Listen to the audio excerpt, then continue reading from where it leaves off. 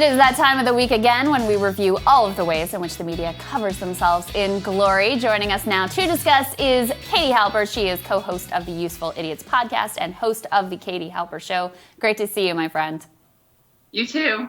All right, so Case Study QB pulled this phenomenal clip of Fox News working out their sort of talking points about how best to paint the incoming Biden administration as really like super scary and socialisty. Let's take a look at what they're workshopping here. Bernie Sanders set to play a major role in helping to shape Biden's economic agenda or get it through Congress. Ashley, what's Bernie's plan? Well, let's put it this way, Stu. He's already salivating at that possibility as a lead member of the Senate Budget Committee. Sanders says he intends to use budget reconciliation measures to fast-track tax and budget-related matters that he says will help working families. And all he needs, of course, in that scenario would be a simple majority. Now, it would require unanimous support from Democrats, as the Senate is split 50-50. President-elect Biden says he's going to work closely with Sanders on their shared economic agenda. And, of course, that includes a $15 federal minimum wage and strong support for labor unions. Stu. Oh, my God. Not lifting the minimum wage. We can't have that, Katie. Yeah, it's great. I mean, first of all, the photos that they use of Bernie are so ominous looking.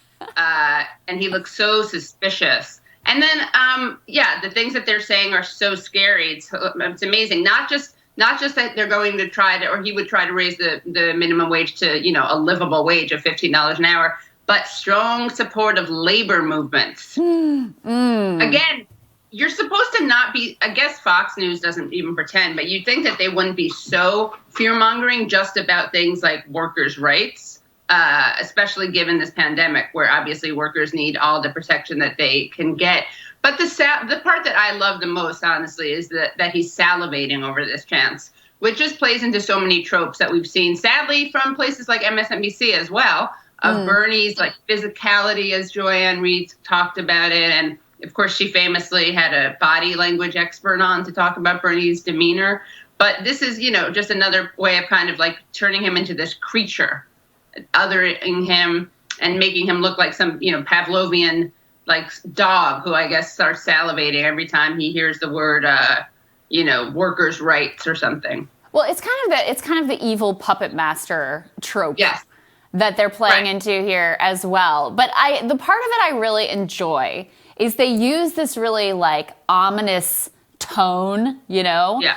And the chyron at the bottom, it says tax to the max. And they're like, they don't get into any specifics until the end. They just want you to know it's Bernie Sanders. It's definitely nefarious. And then the two things that they mention are both like wildly popular. Oh, and by the way, Fox News was delighted to tout how much union support President Trump got. So it's like they're instantly reverting back to the pre-Trumpian talking points and modus operandi for the Republican Party over the past, 40 years. It just like kicks right back into place. Right. Yeah. They've just shifted gears and they paused that, right, to accommodate for, I guess, Trump's like pseudo-populism. And now that he's out, they can use the old school tropes, like you were saying. It's very, they make him so nefarious, and the salivating thing and the scary photos, it's just it's not just the substance that they're attacking, but as you point out, they're not even getting into the specifics, except for, as you also pointed out, touting or condemning extremely wildly popular programs. But yeah, there is just something so gross about the way he's being presented, and the photos combined with the salivating just is like total fear mongering. Yeah. The other thing is, I don't know if Bernie is really that great of a villain for them. Like, I know because he calls himself Democratic Socialist, they feel like that's going to work really well for them. But, I mean, Bernie's like one of the most popular politicians in America. When he went on the Fox News town hall, he was actually extraordinarily well-received, did really, really well. So I know they're kind of workshopping right now, figuring out how to make the Biden administration really scary, seeing if Bernie can maybe be like a central figure in that fear-mongering. I'm just not sure that it works all that well.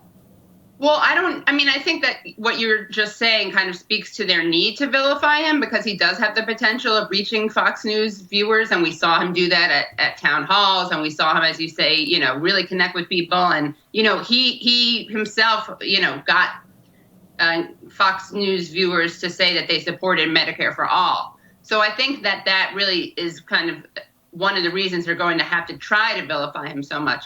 Of course, the irony is that, I wish the Biden administration were going to be as salivating over the labor movement and over the minimum wage as they're portraying them. We saw this with Donald Trump. If only Biden and Harris were these radical leftists that he claims that they are. Yeah, or controlled by radical leftists. I would accept either one, would be perfectly fine for me. Right. Ultimately, we both know that is very far from the truth. Right. It's always I like the Democratic Party that Trump describes it as. It's just not the Democratic Party. Exactly. Yeah. But we should look. We're going to see more and more of this, right? You just needed the devil horn and the tail. Yeah. Well, it's still early. So they're going to keep working on this one. Slightly casual, low key, anti-Semitic tropes also. We will definitely be on the lookout for those. Katie, Thank you so much. Great to see you. Thank you. You too. We'll have more Rising for you after this.